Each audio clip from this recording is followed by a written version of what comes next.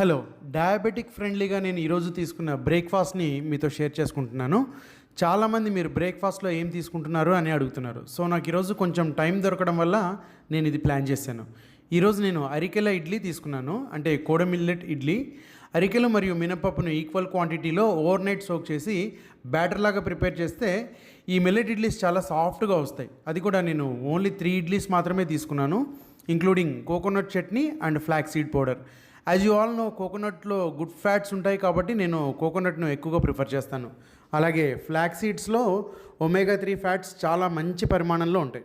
కాబట్టి మనము రోజులో ఏదో ఒక మీల్లో కొద్దిగా ఫ్లాక్స్ సీడ్స్ని యాడ్ చేసుకుంటే వాటి బెనిఫిట్స్ మనకి బాగా అందుతాయి. అండ్ డైలీ నేను 6 ఆల్మండ్స్ అండ్ 2 వాల్నట్స్ని కూడా తీసుకుంటాను.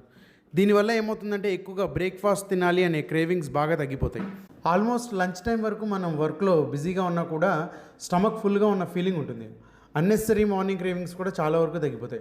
సో ఇంకా పాసిబుల్ అయితే నేను డైలీ నా లంచ్ అండ్ డిన్నర్ ప్లేట్స్ కూడా మీతో షేర్ చేసుకోవడానికి ట్రై చేస్తాను. More simple and diabetic friendly fit plates కోసం please follow fit plate by Naveen. Thank you.